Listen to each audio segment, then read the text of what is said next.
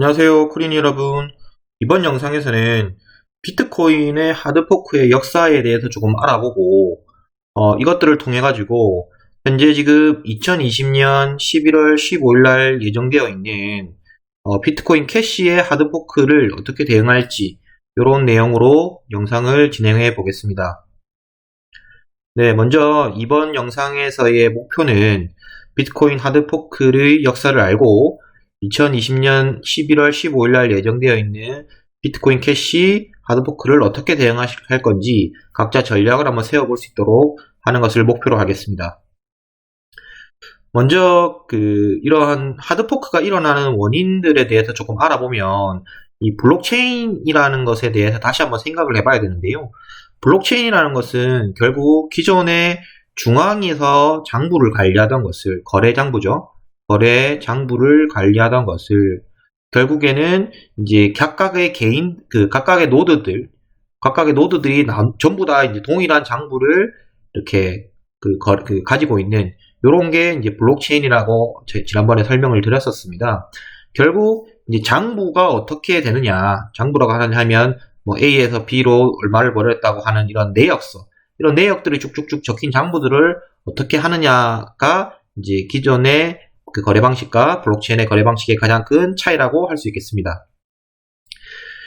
이것도 지난번 영상에서 좀 보여드린 건데, 비트코인의 실제 거래 장부가 생긴 게 이렇게 생겼습니다. 거래 번호가 적혀 있고, 그 다음에 뭐 보내는 계좌, 받는 계좌, 그리고 각각의 뭐 정보들이 이렇게 이제 쭉 들어가게 되는데, 이러한 그 정보가 이렇게 하나가 모여서 이게 이제 한 개의 블럭이라는 요렇게 이제 그 용어가 생성이 되는데요. 이 한 개의 블럭이 생성되는 시간이 비트코인 같은 경우에는 평균으로 한 10분 정도 소요가 되게 난이도가 조절이 됩니다.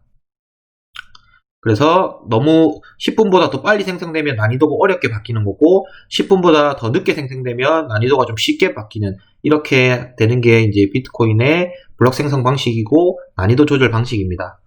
최초로 이제 비트코인이 만들어졌을 때 블록 사이즈는 약 1메가바이트 정도가 있는데요.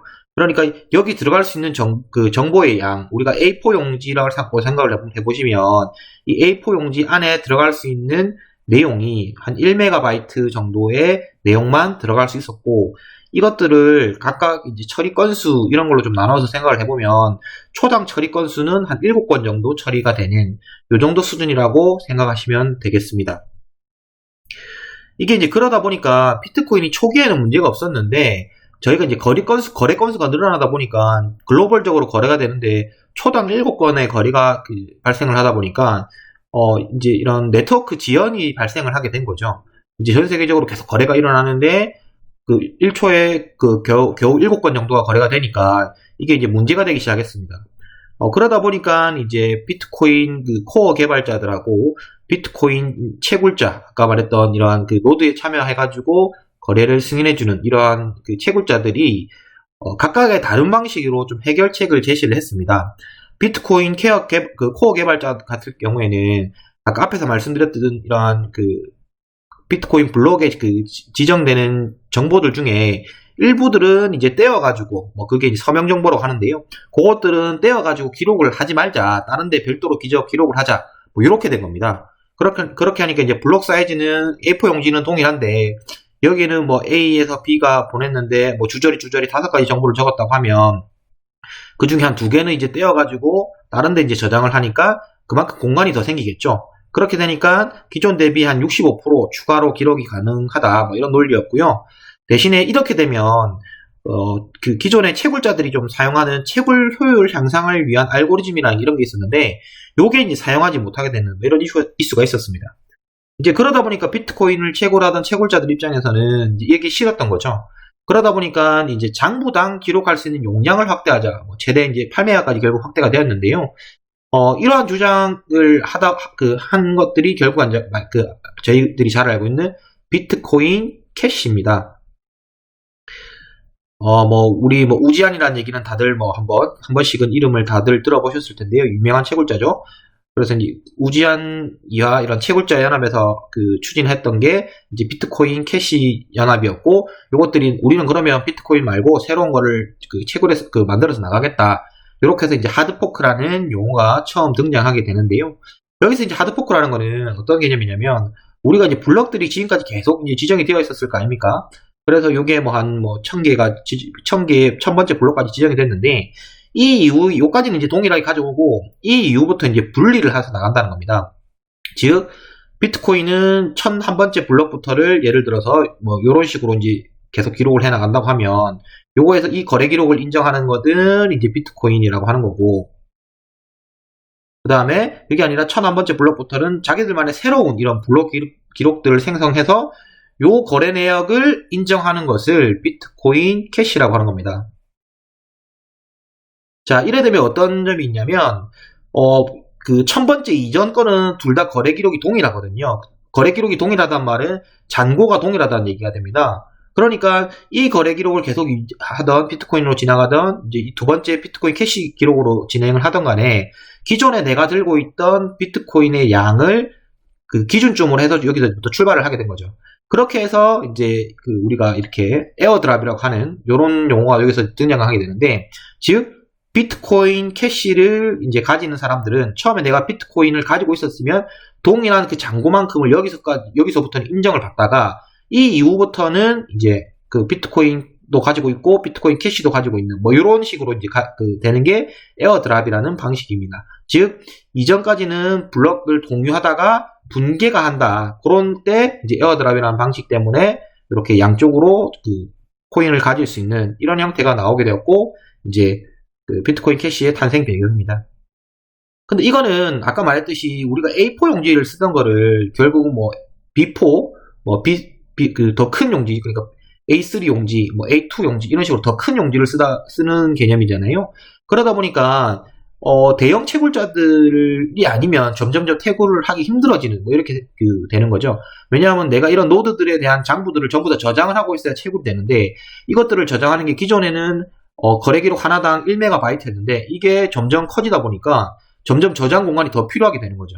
그렇게 하다 보니까 이러한 이제 네트워크 대형화가 가속되고 이제 좀 더 그 대형 채굴자들만 살아남는 이런 그게 좀 진행이 되었다. 이렇게 보시면 되겠습니다.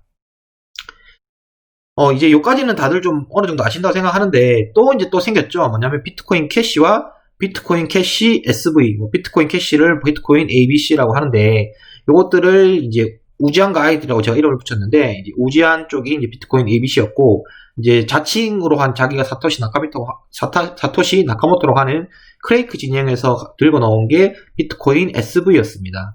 SV 진영이었는데, 결과론적으로 말하면 얘들도 좀 이제 뭔가 또 싸움이 생겼어요. 이제 처음에는 합쳐서 이제 비트코인 캐시라는 걸 들고 나왔다가 또 이제 장부 용량이 8메가에서 32메가로 확장하자, 뭐 이런 32메가까지 확장을 하고, 그리고 이제 스마트 컨트랙트가 가능한 프로토콜을 하자, 뭐 이런 주장들을 하면서 우지안과 아이들이 이제 주를 했던 반면에, 사토시 나카모토라고 자기가 칭하는 크레이크 진행에서는 야, 프로토콜 변경은 원래 이런 사토시 나카모토의 정신을 위배하는 거다. 이거는 말이 안 된다.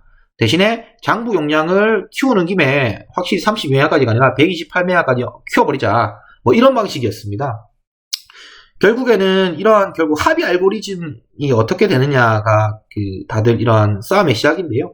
이게 합의 알고리즘이라는 게 말 그대로 블록 생성을 하고 이제 보상이 주어지다 보니까 거기에 따라 가지고 자기들의 이해득실 이런 것들 때문에 사실 좀 다르게 움직인다. 이렇게 보시면 될 것 같고요. 그래서 이제 이게 갈라지고 난 다음에 서로 간에 누가 어떤 걸 캤냐 이렇게 해서 해시 전쟁을 했는데, 결국 이제 지금 아시다시피 우지안과 아이들 진영이 이제 승리를 했고, 이제 SV 측 진영이 이제 야 우리가 졌다 인정을 하고 독자 노선을 가게 돼서 이제 좀 오리지널 비트코인 캐시는 ABC가 오리지널 비트코인 캐시로 남게 되었고, SV는 또 하나의 새로운 파생된 코인으로 진행이 되었습니다. 또 이제 이게 현재 비트코인 캐시 아까 말했던 오리지널 쪽과 또 이제 거기서 일부 또 아류작들이 들고 나온 게 이제 지난 8월 7일 날 초안을 공개했는데요. 여기 이제 전체 초안 공개를 내용을 제가 좀 적어 나와 보았습니다.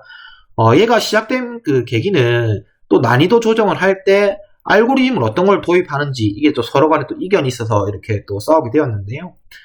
이번에는 이름이 비트코인 캐시라고 합니다. 비트코인 캐시라는 이름으로 이제 지금 8월 7일 날 초안을 공개했고, 뒤에서 설명드리겠지만 여기 11월 15일 날 비트코인 그 캐시에서 하드포크를 진행을 해가지고 우린 또 비트코인 캣을 만들겠다. 이렇게 지금 하고 있고요. 그래서 뭐 전체적으로 내용을 쭉 보시면 아시겠지만 뭐 결국에는 크게 좀 뭐 그 다른 뭐 이런 게 있는 게 아니고 결국엔 또 자기들끼리의 싸움이다. 이렇게 생각하시면 될 것 같고요. 근데 지금 이거 비트코인 캣을 들고 나온 주장하는 그 곳이 채굴자 중에 하나의 풀인데요. 여기가 이게 지금 현재 보는 도표가 비트코인 캐시에 블럭을 캐는 사람들의 이제 비율이 얼마나 되는지 이런 겁니다. 뭐 1등은 이제 엔트풀이라는 곳이 21.5%, 그리고 뭐 바이낸스에서 운영하는 곳이 12.5%, 그리고 3등이 지금 비아 BTC라고 하는 풀인데요. 여기 한 10.42% 정도를 캐고 있는데 얘들이 이제 독자적으로 나와서 뭔가를 차리겠다. 뭐 이 정도를 지금 아시면 될 듯 합니다. 그래서 요거 이제 트위터에서 공개한 비트코인 캣의 그림인데요. 뭐 왜 캣이라고 했냐니까 저희가 뭐 도지코인이라고 있잖아요. 도지코인이라고 아시겠지만 도지코인 개도 있는데 왜 고양이라고 안 되냐 뭐 이런 이야기를 했다고 하는데 뭐 친숙성 이런 거를 좀 따졌다고 해요. 뭐 이런 도지코인이 사실 저런 그 처음에는 진짜 장난스럽게 나온 게 되게 좀 자체 거래소도 가지만 자체 거래가 되는 이러한 그 시장도 가질 만큼 잘 성장을 했는데요.